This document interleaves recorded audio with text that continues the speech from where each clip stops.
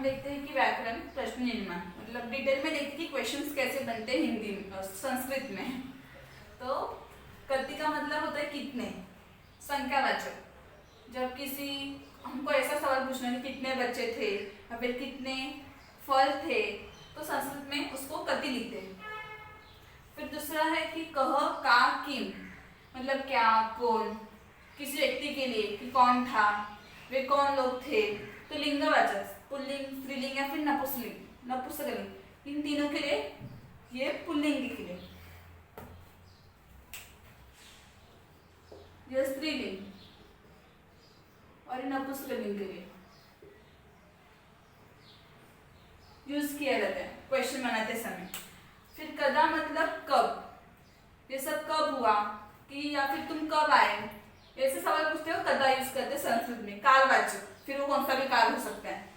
फिर आता है कुतः, कुतः मतलब कहाँ से, तुम लोग कहाँ से हो, कहाँ जा रहे हो, कहाँ से आए हो।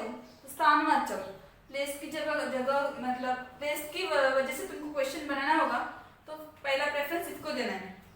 फिर आता है कीदृश, कीदृश मतलब कैसा, इसको गुणवाचक मतलब वो लड़का कैसा है, शक्तिमान है, बुरा है, अच्छा है, तो कीदृश। फिर इसके भी अलग अलग लिंग के हिसाब से, पुल्लिंग के लिए कीदृश, स्त्रीलिंग के लिए कीदृशा, फिर नपुंसक लिंग के लिए कीदृश। फिर है कहाँ, कहाँ मतलब पुत्र, सॉरी पुत्र है, उसका मीनिंग है कहाँ। जो भी स्थानवाचक किले होते हैं, जगह के बारे में आते हैं तो पुत्र यूज किया जाता है। फिर नेक्स्ट है किमर्थम, किमर्थम मतलब किस लिए, तुम विद्यालय क्यों किस लिए जाते हो, पढ़ने के लिए तुम किधर किधर के लिए स्थान आएगा। फिर कथम, कथम मतलब कैसा और क्यों। तो इस सब के ऊपर हम कुछ मैं सेंटेंस दूंगी और इस हिसाब से हम उसके हिसाब से क्वेश्चन भी बनाएंगे, फ्रेम करेंगे। तो पहला सेंटेंस मैंने लिया है कि भारतीय अनेकानि पर्वाणि सन्ति, मतलब भारत देश में बहुत सारे, अनेकानि मतलब बहुत सारे, पर्वाणि मतलब पहाड़ या पर्वत है।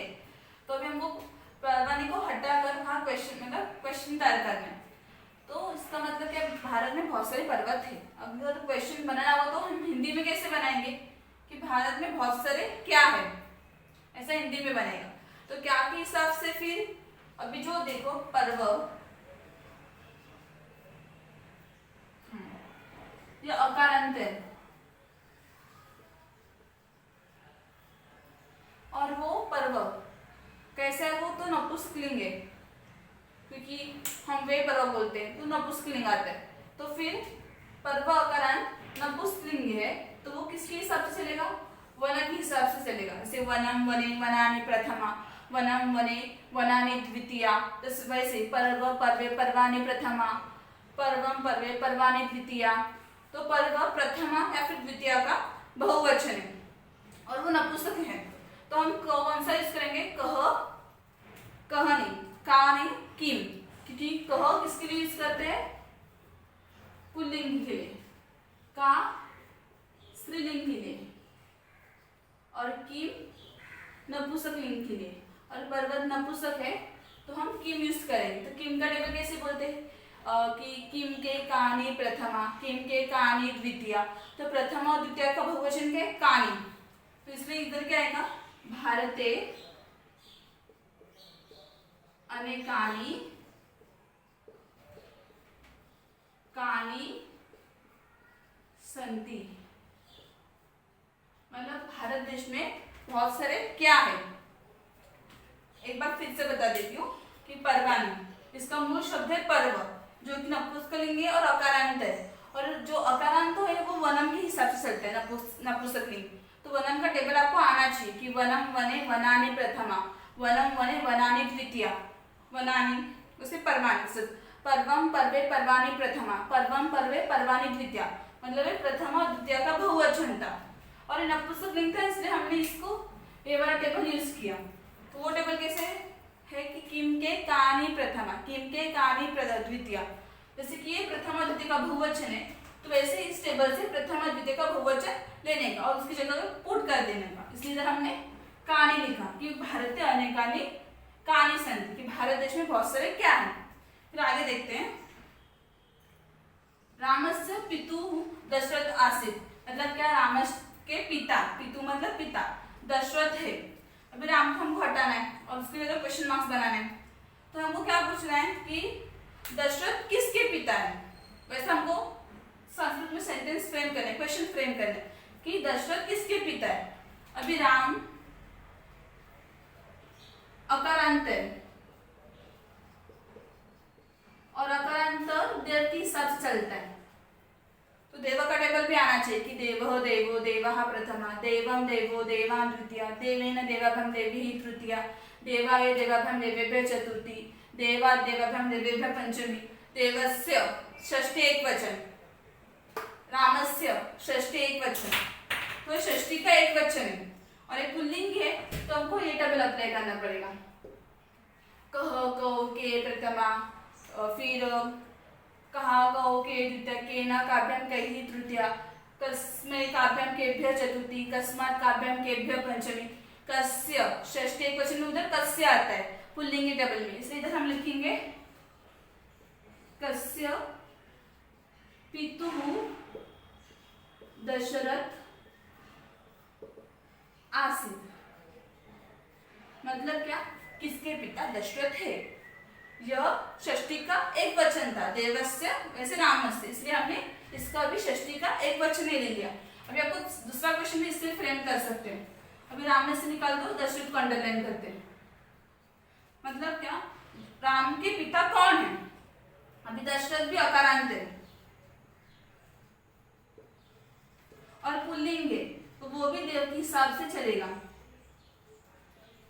देव वैसे दशरथ, तो वो प्रथमा का एक वचन ही है देव की, तो दशरथ ही एक वचन में है, तो वो पुल्लिंग हिसाब से हम इसके हिसाब से चलेंगे। तो इसका क्या आता है, पहले कह कौ के प्रथमा, कह प्रथमा एक वचन, ये प्रथमा एक वचन में है, तो इसको भी हम प्रथमा एक वचन में ही देखेंगे। तो फर्स्ट ही आता है कह, इसलिए जब सेकेंड क्वेश्चन बनाएंगे,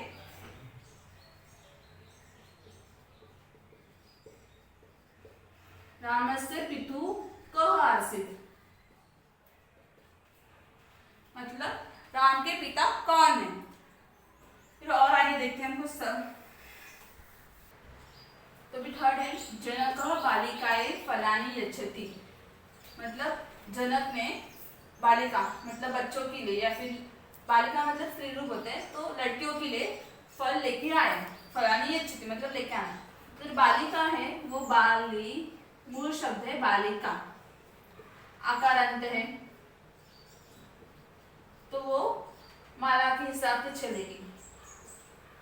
तो बालिकाए मालाभ्यै, सॉरी मालायै, चतुर्थी का एक वचन है, माला की चतुर्थी का एक वचन है बालिका, तो चतुर्थी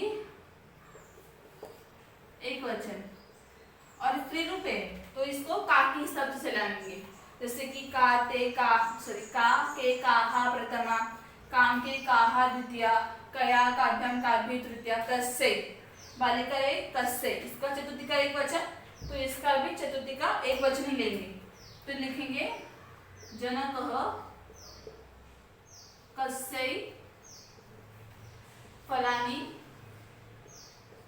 यच्छति, इसका मीनिंग है कि जनक ने किसके लिए फल लाए। तो इसको हटा देते हैं, इसको अंडरलाइन कर देते। अभी इसका क्या होता है कि हमको ऐसा क्वेश्चन बनाए कि बालिकाएं फलानि यच्छति, मतलब बच्चों के लिए या फिर लड़कियों के लिए किसने फल लाए, और जनक है वो पुल्लिंग है, तो जनक को देखेंगे तो वो अकारांत है, तो देव के हिसाब से चलेगा। देवः देवो देवः, देव स्टार्टिंग में आता है, तो देव प्रथमा का एक वचन है, जनक भी प्रथमा का एक वचन है, तो हम इसका ये पुल्लिंग के लिए यूज करते हैं, तो इसका एक वचन लेंगे कह, फिर जाएगा कह बालिकाए फलानि यच्छति,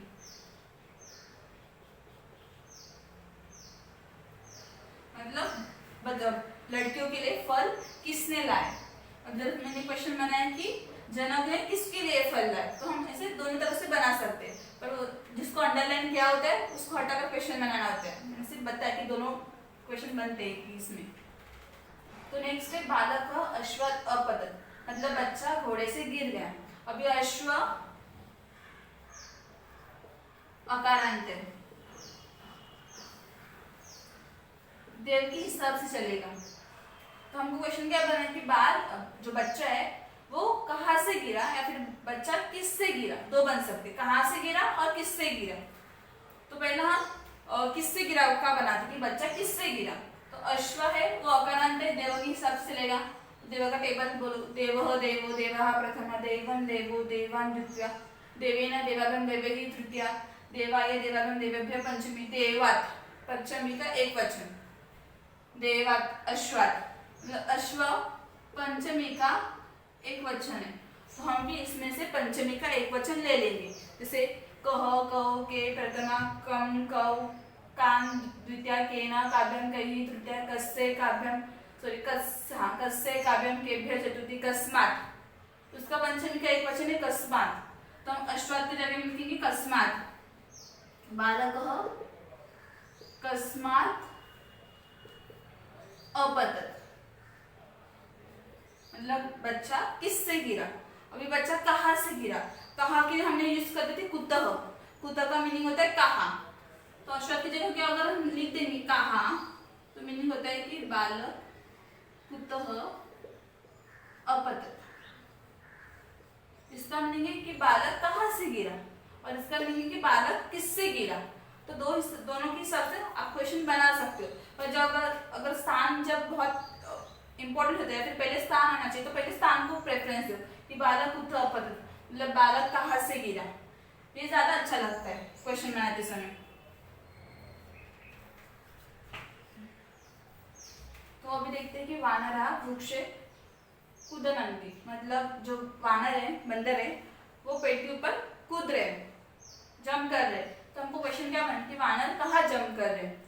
तो कहाँ के लिए हम क्या यूज करते, कुत्र। तो वानरः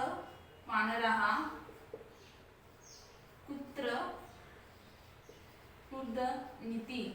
अभी हमने यहाँ पे कुतः ये वाला यूज नहीं किया, कुतः, कुत्र यूज किया। कुत्र मतलब होता है कहाँ, कि बंदर कहाँ छलांग मार रहे, और कुतः होता है कहाँ से। लास्ट क्वेश्चन में लिखा था ना कि बच्चा बालक कुतः अपतत, मतलब बच्चा कहाँ से गिरा, कहाँ से इसलिए कुत्र यूज किया, सिर्फ अभी कहाँ चाहिए इसलिए कुत्र यूज किया कि वानरः कुत्र कूदन्ति। फिर नेक्स्ट है स्यूयते द्वादश फलानि सन्ति, मतलब एक थैली में द्वादश मतलब 12 फल है। तो 12 निकालना कि थैली में कितने फल है। तो संख्यावाचक के लिए हमें क्या यूज करना था, कति। कति मतलब कितने, तो रहेगा कि स्यूते कति फलानि सन्ति, मतलब थैली में कितने फल है।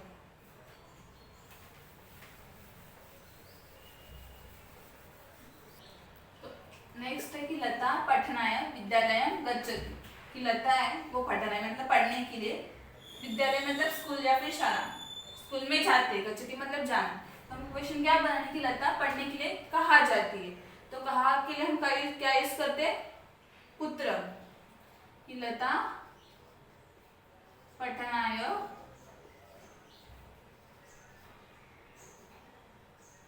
कुत्र गच्छति, मतलब लता पढ़ने के लिए कहाँ जाती है। फिर अगर इसको अंडरलाइन करेंगे, पठनाय होते कि लता विद्यालय किस लिए जाती है। क्वेश्चन बना कि लता विद्यालय किस लिए जाती है, तो किमर्थम का मतलब होता है कि किस लिए। तो क्वेश्चन बनेगा कि लता किमर्थम विद्यालय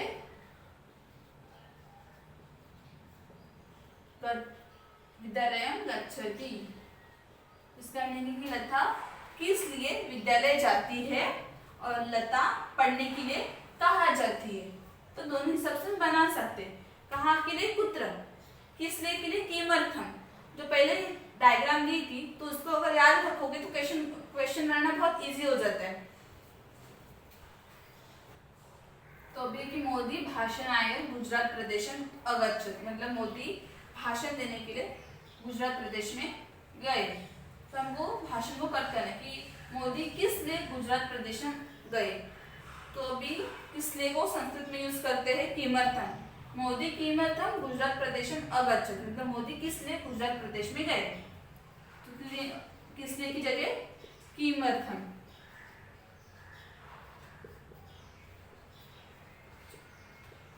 प्रदेशम अगच्छत।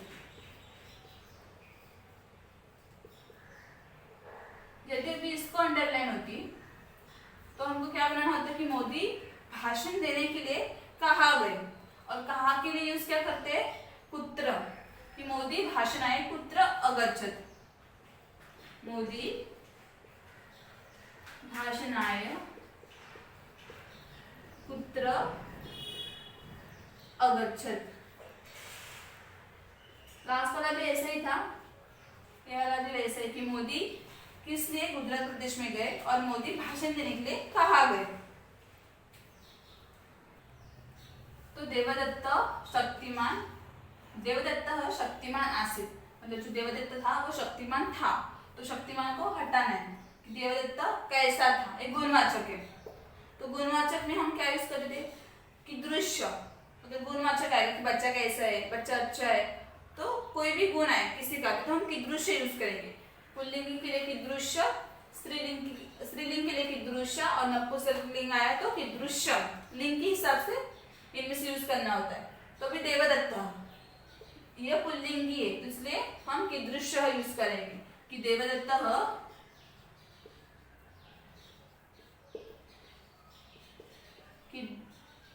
कीदृश्य आसित, मतलब देवदत्त कैसा था या फिर है। तो फिर अगर हम सोच समझ कर क्वेश्चन बना सकते हैं। अगर हम इधर लिखते कि देवदत्त कुत्र आसित, मतलब क्या होता है कि देवदत्त कहाँ है, शक्तिमान उसका आंसर आता ही नहीं। या फिर हम लिखते कि देवदत्त कुत्र आसित, मतलब देवदत्त कहाँ से है, शक्तिमान आंसर मिलता ही नहीं है। तो क्वेश्चन ऐसा बनाना है कि हमको ये वाला आंसर मिल ही जाए। उस हिसाब से क्वेश्चन पहले हिंदी में फ्रेम करना है, फिर उसको संस्कृत में कन्वर्ट करना है, बस।